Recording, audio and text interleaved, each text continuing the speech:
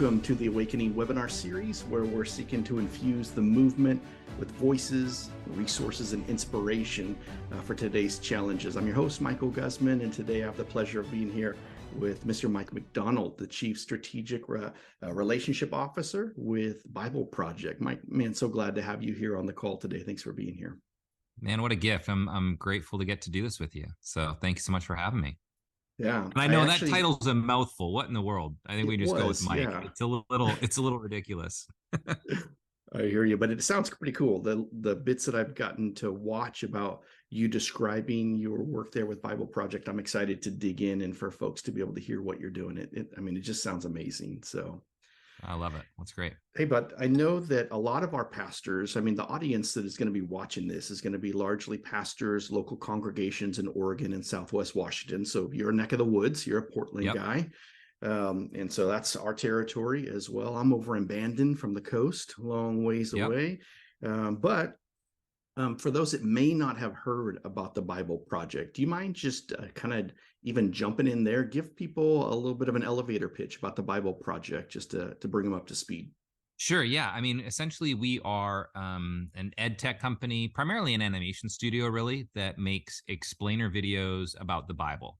And what an explainer video essentially is, taking complex ideas and things that might take hours to explain, figuring out how to condense that down into a 3 to 5 minute form, and try to, give you, this clear understanding of whatever that topic is. That's an explainer video. And we've all seen them in different forms. We just do it with the Bible. And so we've got some brilliant Bible scholars like Tim Mackey and others on the team. Yep. And then we've got these animators and illustrators and John Collins, who's the other co-founder, who are just brilliant at what they do when it comes to the communication. And we kind of mash that together and get this thing that we just try to help people experience the Bible as a unified story that leads to Jesus. And so that's our aim and mission. And we do that through explainers for the most part. Yeah, it's beautiful, man. I've been really blessed by the videos you guys produced. I think that's probably, I would imagine, most folks' first touch with BibleProject. I know I came across a video on holiness, and I was blown away at how dense and rich the video was, and like you had said, how short it was. And then I got exposed to the podcast, and I came to probably love those even more, because then I got to understand, like, whoa, you're in the room with John and Tim, like discussing these videos as they're kind of like coming together piece by piece. I was always excited to try to get ahead so that I could see what a video was going to be like. So that's been pretty cool as well. Well, that's what's so neat about the podcast too, is you actually are, so it's unscripted. It really is just John and Tim, who are our two co-founders, talking about the content before they've made a video. So we were having these conversations already, before making it to write a script or to do whatever. You'd have to have hours and hours of basically Tim, getting it out and teaching, and John getting to a point where he's like, okay, I think I got it. Yeah. And they would take a pass. We just started hitting record this conversation, put it up, thinking, me and my mom would listen to it. And and it's amazing how many people really enjoy being a fly on the wall into these discussions, because they're real time, in the sense that John is asking real questions. He does not know the answers to these questions. These are real, like, with the kind of things that me and you would ask too, when Tim's going, so like angels don't have wings, and John's like, okay, wait a minute, I've seen a lot of movies where angels have wings. Like, where does that come from? What's going on? So all the things we think about, they're doing, which is great. Yeah, I love it. Yeah, it's been really great. I'm not currently up to speed, but that's because what I did is at the beginning of this year, as actually kind of like part of my New Year's resolution and plans, how will I continue to grow? I started the classes. And so I'm like 4 or 5 classes in. And man, it's been so amazing. It's been rich. Again, what I like about that is, just the much deeper dive into a topic. I'm actually doing that beta one that's on the app right now. And so, I know I could explain like what I'm experiencing, but give us an idea about classes and like that. Yeah. For those that don't know, so everything we do is for free. So I should have said that from the beginning. All of our videos, there's no subscription, it's just all for free. It's been paid for by incredible patrons along the way. Same thing with classes. Tim was a professor. He taught at a Hebrew school in Wisconsin. Then he has been a teacher at Western Seminary in Multnomah. And he's just a teacher. And so when he stopped doing that and doing Bible Project, we still wanted to kind of create a space that he could keep using those gifts and doing that.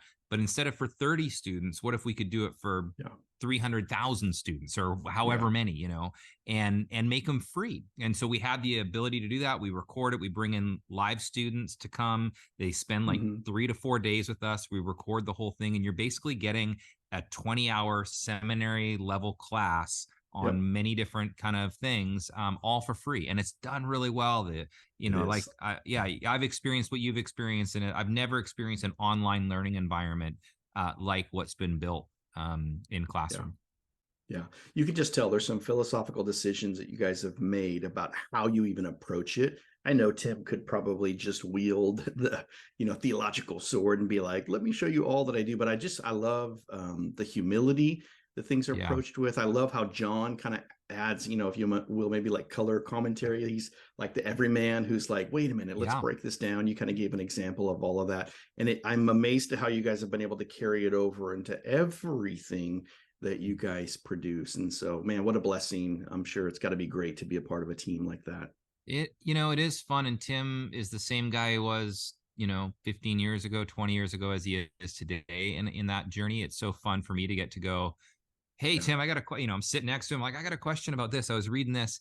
And his approach is always, let's go learn that together.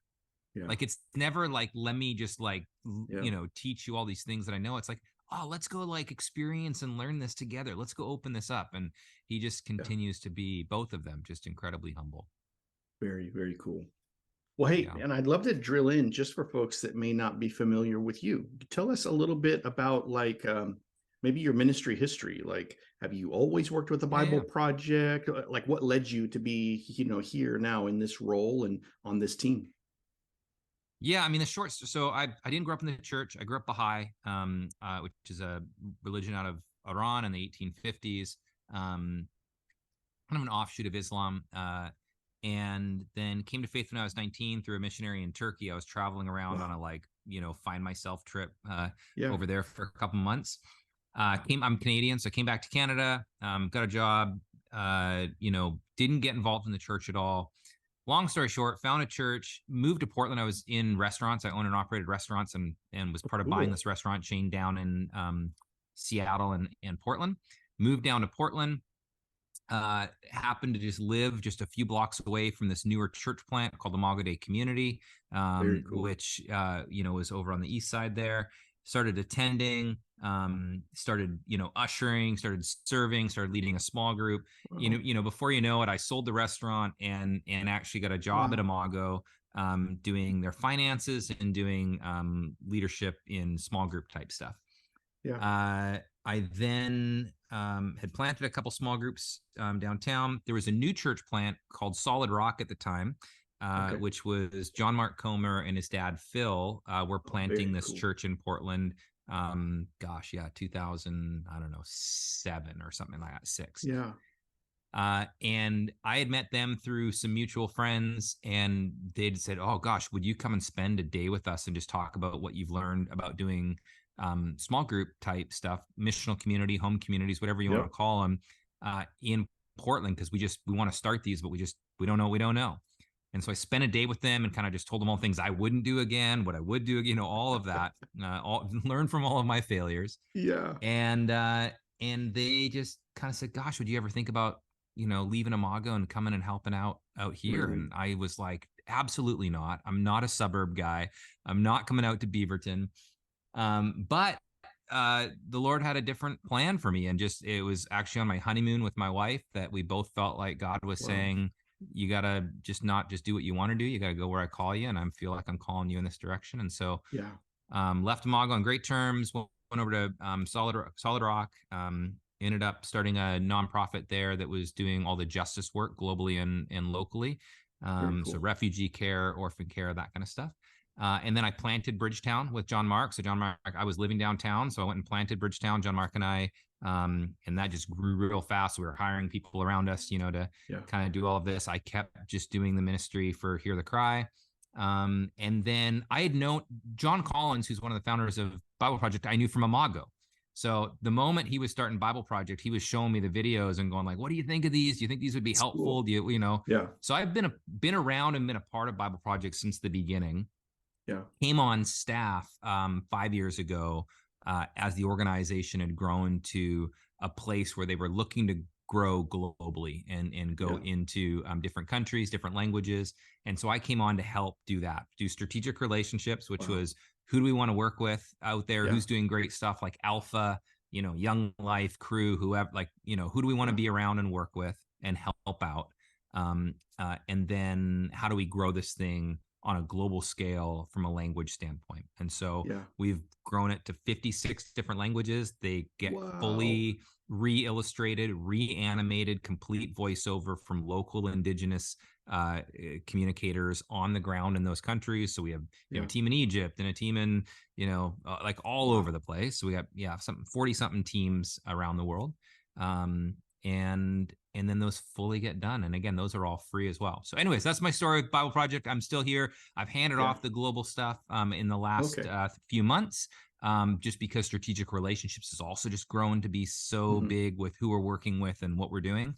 And it just was too hard to run two teams in different Yeah. spaces. And so, yeah, I'm getting to focus in on this, which lets me Man, do that's things like this with you. So this is awesome. yeah. So cool. What a neat thing. I'm thinking about your story, and there's a couple things I want to like see if we can circle back on, but like not coming from a Christian, background, but then coming to Christ through a missionary in a foreign country, like Yep. brilliant. But then here you are in Portland, and I mean, honestly, the list of people that you've been able to sit around, be around, are like especially at this time in like kingdom advancement, in Yeah. Portland, with people who are trying to figure out like how do we do things, and how do we move forward. And so yeah, what a cool position to be in, and what an awesome group of people to be around there. So pretty sweet.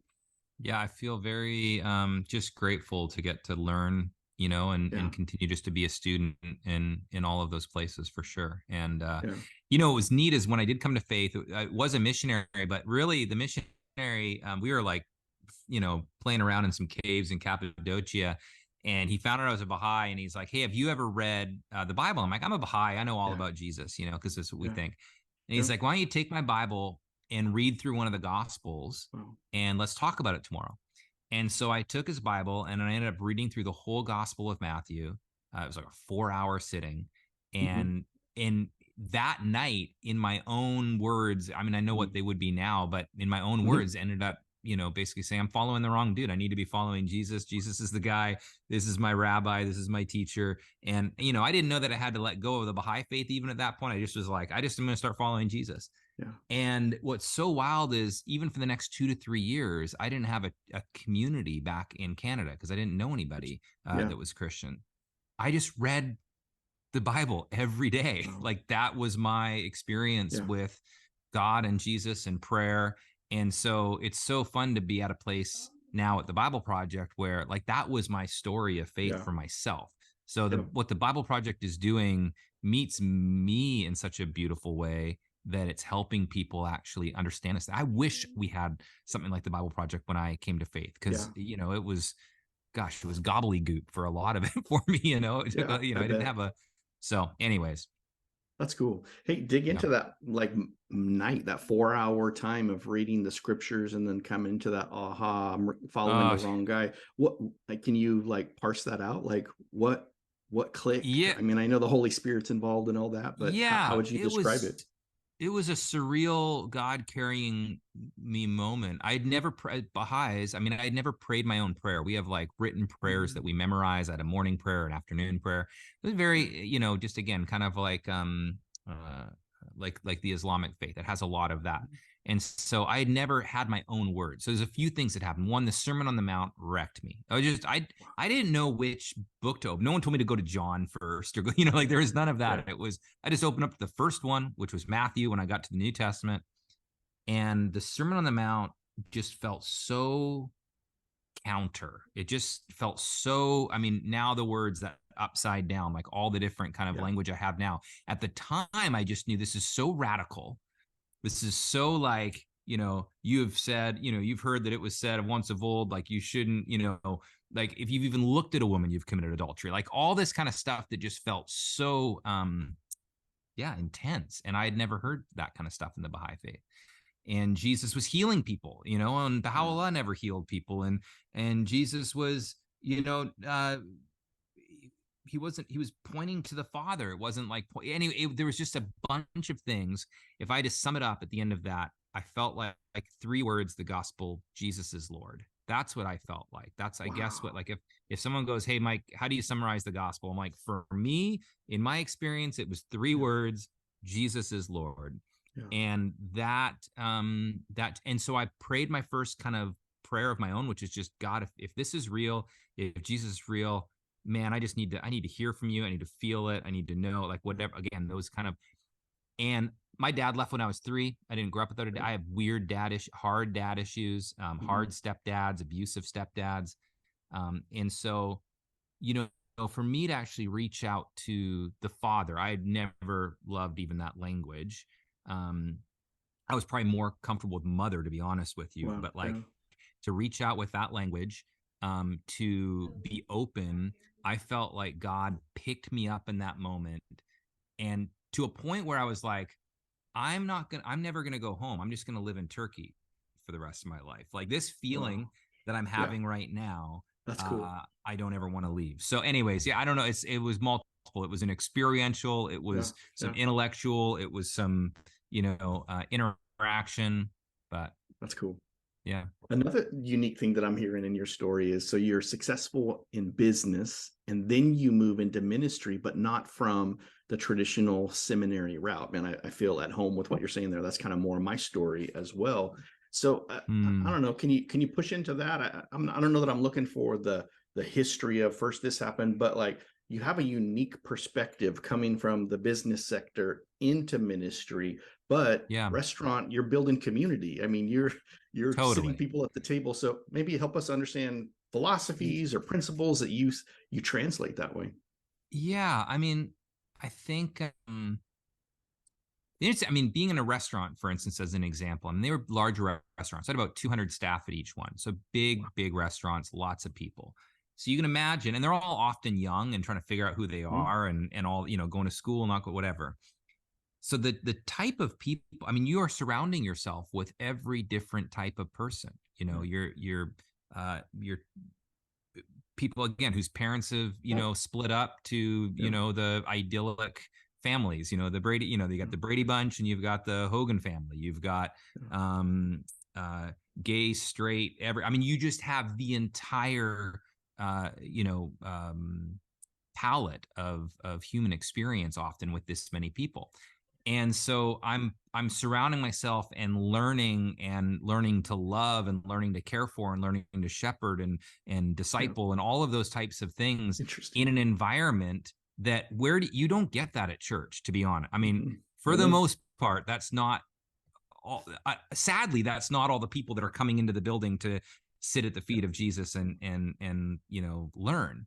And so I felt like I was thrown into this environment that allowed me to learn how to have these conversations, learn how to identify with people, learn how to have empathy, learn how to, hold people accountable, like all the things that you have to learn in business that just translated into the church. It just, so when refugees were pouring into Portland, it's like, oh, like, these are my people. I know that this is totally, I know how to interact with people that are outside of my faith paradigm or outside of my human experience. And because of my Baha'i background, I can relate with the even Muslim background. And so we've got, a lot of Kurdish Muslims coming in from, Iraq, and I can sit and talk with them just like, which you just don't learn often in seminary. Now you learn some other amazing things that I never got an opportunity to do. I'm not saying one way is better or worse.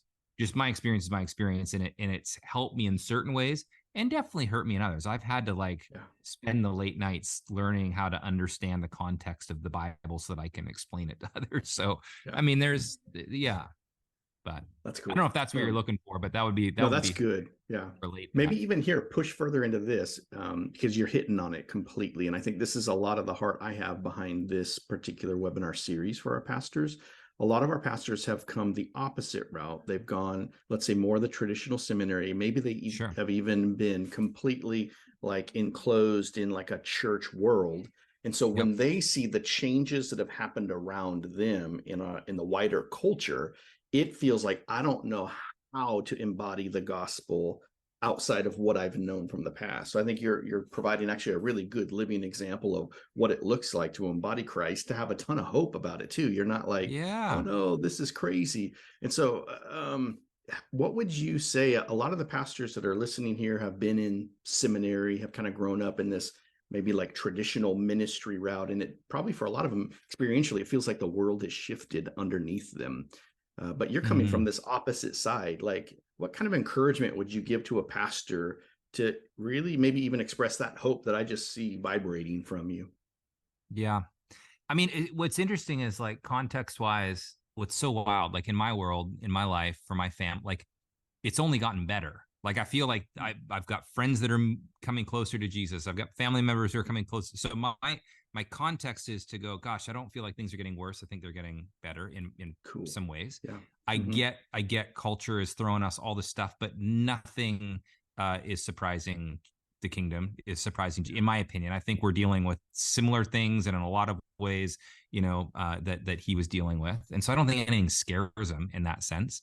Yeah. Um, my encouragement is just like, one, it's a long game, in my Yeah. opinion. It's not a like short bait and switch, boom, here you go. It is a Yeah. long relational, um, you know, moving, gospeling people, which, for me is just bringing people closer and closer to Jesus. Yeah. And doing that over lots of cups of tea. I just feel like that's Nice. it. The other thing is that I think anytime that I'm confused by something in culture, I Uh-huh. realize it's because I don't have a friend in that space. I Mm. don't, it's like if I'm confused about something, then it's like I actually need to go out and like make a friend in that space. And that might be scary for some people. That's Yeah. just my approach. But I feel like I was at the church that I was at, everyone was really freaking out about a lot of refugees coming in because of Yeah. some faith stuff and everything else, and more Mm-hmm. right-leaning churches or left, whatever. Mm-hmm. People were freaking out, and they had a lot of opinions about our refugee plan and allowing so many people to come pouring into our country. And Yeah. we're, regardless of where you sit politically on that, I would ask like, well, who's a Muslim that you know and that you could ask these questions? And it's like, well, I don't know any Muslims. Like, oh wow, so you've got a lot of opinions about what these people believe and where they're at without knowing. And so what I would often do is I'd be like, hey, do you want to do lunch next week? And be like, yeah, absolutely, I'd love to. Like, great. And then I'd call one of my Muslim friends and I'd be like, hey, can you do lunch on Thursday with me? And he'd be like, yeah. Yeah. And so we'd show up at lunch and we'd just sit, and I wouldn't tell them that they're a Muslim. I wouldn't tell them that they're Nice. from church. I just would sit and have lunch and be like, Yeah. hey, tell me about your family. I might tell Mark about oh man, I got an amazing wife. I got these 3 kids that I just love and they're getting to go to school. And we would just talk. And what's wild is Mark would just assume that this dude's a Christian because I'm a pastor and Yeah. I probably just hang out Yeah. with Christians. And we'd get to the end of the lunch and you could see there was even like a cool relationship budding between these two. And Yeah. then my Muslim friend would leave and I'd go, all right, Mark, dude, that's a Muslim, you just met one. He's a Muslim. I did, man, he just seems Yeah. so not so. And I'm not Yeah. saying, all I'm saying is like we just got Yeah. to get in the dirt with people. We need to get into people's lives. We need to just, and it's a long game, and Yeah. it doesn't need to freak us out. Like That's the cool. kingdom is just so much bigger. So That's really cool. And I like the beauty and simplicity of what you just described. That was well done. You need to write that down if you haven't already written that little oh, nugget down. If you're confused about something in the culture, make a friend there. That's yeah. awesome. Good stuff. Well, hey, let me circle back then to like what you get to do at Bible Project. And what I'd love to do is just maybe open up some doors for pastors in our tribe to just get connected with more of what you guys are doing. So in this chief strategic relationship role, what do you get to Yeah. do? What's that like? You already described, alpha and maybe building relationships with some others. Just dig into that for us. Yeah. So I mean, I get the privilege of working with nonprofits, organizations, church plant networks, all of those kind of things, Yeah. all the way to like just churches of like 20 people. I get to work with churches of 20 people and churches of 20,000 people. And Cool. it's so fun because we don't have these like growth mandates that are like, hey, if we don't do this, then you're not going to have it's all created already. It's all free. So what's great is like the church of 20 is just as valuable as the church of 20,000. For That's me, it's awesome. helping people experience the Bible as a unified story, at least Jesus. That is the mission. So if I'm doing that with 20 or doing that with 20, it's all the same. So with churches, I get to help, figure out, okay, this could be everything from, a pastor going like, hey, this is my next year teaching series. I'm going to be teaching through the book of Matthew. And I'm like, great. Here's a whole bunch of resources, to help you even with your teaching series. Yeah. 2, do you guys do small groups or anything in your church that's around like group, coming together and having a meal together, maybe asking some questions and talking about stuff? I've got a ton of resources for that. Nice. I've got churches that are doing reading plans on YouVersion that we help build for them. So, we got churches that are like, hey, I want to do like a year-long reading plan or a 3-month reading plan with my church. We can help you build a reading plan, like where it's your brand, your church name, your everything. Really? So pastors just like search on YouVersion for, whatever, Millwoods Pentecostal, and up pops their reading plan. Wow. And you can insert all of our videos into your reading plan if it's helpful. So that way, if you're wanting people to really have a good understanding of the text, because we've got overview videos for books. We have a lot of theme videos and word studies. And I mean, we've got reading plans that have, for the devotional, like a video in every single day that really keep people engaged in the Bible. And then we've got pastors that use it for their Sunday school. Like, we've got some churches that, do a 4-week baptism class before people get baptized. I'm not saying you need to do that, but there's churches that do that. And we've helped them with like, here's 4 weeks of, here's some videos that would be really helpful, like Holy Spirit, Kingdom of God, Jesus the Messiah. Some like, if they watch these and answered a few questions, you're going to know that they really get, what they're saying yes to here. And so, I don't know. Those are just some ideas, but the sky is the limit. I mean, you can give my number out, my email out. I get back to everybody. Mike at BibleProject.com. I mean, it's that easy. Just shoot me an email, and I'm happy to kind of talk through what other churches have done and how it's been helpful for their church, for sure. That's cool. It almost sounds too good to be true, honestly, Mike, because like you're describing a reading plan and, on YouVersion, with branding. I mean, that just builds a ton of authority for a local church to be doing that and saying, hey, go here, especially for a smaller congregation. But I mean, you really mean like, hey, these folks could give you a call and say, here's what I'm looking at doing? They totally can, unless YouVersion at some point takes away the keys to the kingdom. But they've, up until this point, they've let us kind of, we've just got enough social equity with them. That's so cool. That we've been able to kind of do that. But I mean, for now, I I would always ask, and I will always try to put it on there. And if something changes, we'll let people know. But no, as of right now, totally. Just email me. That's amazing. Okay. Really cool. What about this? Maybe we can wrap up with this and tie together any other threads that might be there. What are you guys excited about pushing into? I know classes, at least from my user end, has been like a newer initiative, and I've been watching that unfold. What do the next years look like for you guys that you're excited about, jumping into? Yeah, I mean, there's a few. So, I mean, our app, we have a new app that came out last year, and that's where you're kind of watching some even the classroom stuff. And that just continues to get better and better, and more, user friendly and interactive with that. And so we're really excited about that for sure. We have a new series coming out in Christmas, which, I mean, I know this is going out to a bunch of people, so it's not public yet. So we'll consider this the trust tree with your tribe. But at Christmas, we're launching a new series on the Sermon on the Mount, and we've been working on it for almost 3 years. I mean, it is like it's a wild project. It'll be 10 episodes, just over an hour worth of content. And it's the animations. What they're doing is just insane. It's just one of the coolest things I've ever seen from from all of that. So I'm super excited about that, partially because actually what we want to do is not just launch these as videos, but the idea would be 2024 essentially is we're launching all of those episodes. And then we want to equip the church with full packages of like, Wow. Here's a full sermon prep teaching series on the Sermon on the Mount, all of Tim's notes, all of the books that you could, all the videos, like everything you need to basically, spend however long you want to spend in the Sermon on the Mount. We want to do stuff for kids. We want to do stuff for youth. We want to do stuff for small groups, like literally build out how do we serve the church with all the things that they might need, and kind of almost make like end of 2024, 2025, the year of like Sermon on the Mount, and just like go, dude, what if the entire, what if the churches, what if 200,000 churches across America or across North America or whatever spent a year on the Sermon on the Mount, one of the most revolutionary teachings by Jesus? I mean, how would that shape even the unity? Because what's interesting is like our mission statement is, we want to help people experience the Bible as a unified story that leads to Jesus. But we also believe it's a unifying story. And it's not one that actually needs to divide, but it's actually one that can bring us closer. And so I don't know, I'm getting super excited about that. That's really cool. And to think of your own story and the Sermon on the Mount being such a rocking thing for you, to see that amplified all the way across the board. That's amazing to be able to think about that. Well, really cool. Yeah.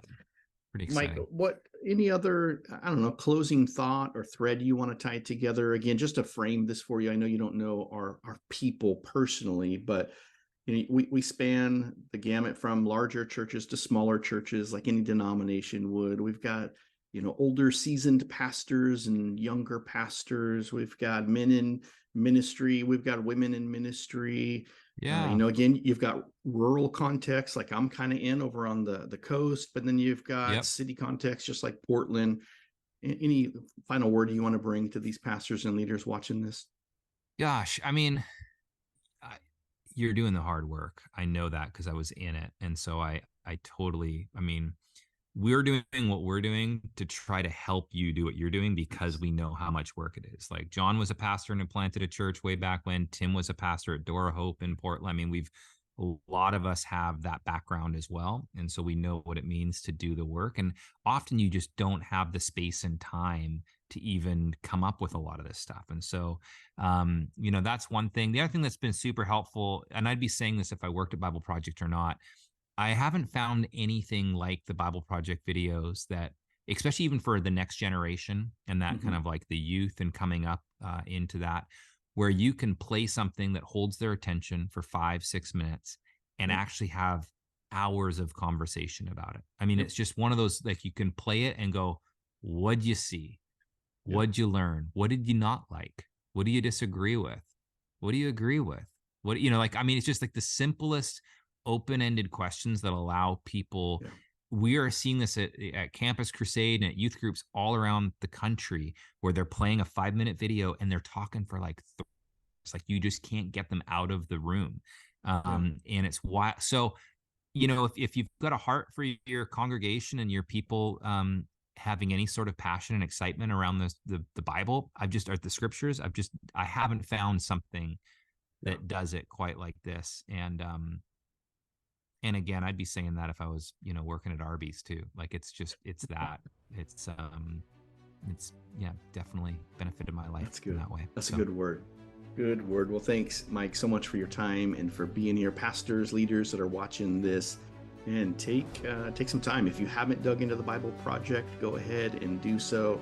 You see the open invitation, even from Mike and the rest of the Bible Project team, wanting to be able to resource pastors and leaders to be able to see the Bible into everybody's hands. And so thanks again so much. Thanks for watching this, everybody. Bless you guys.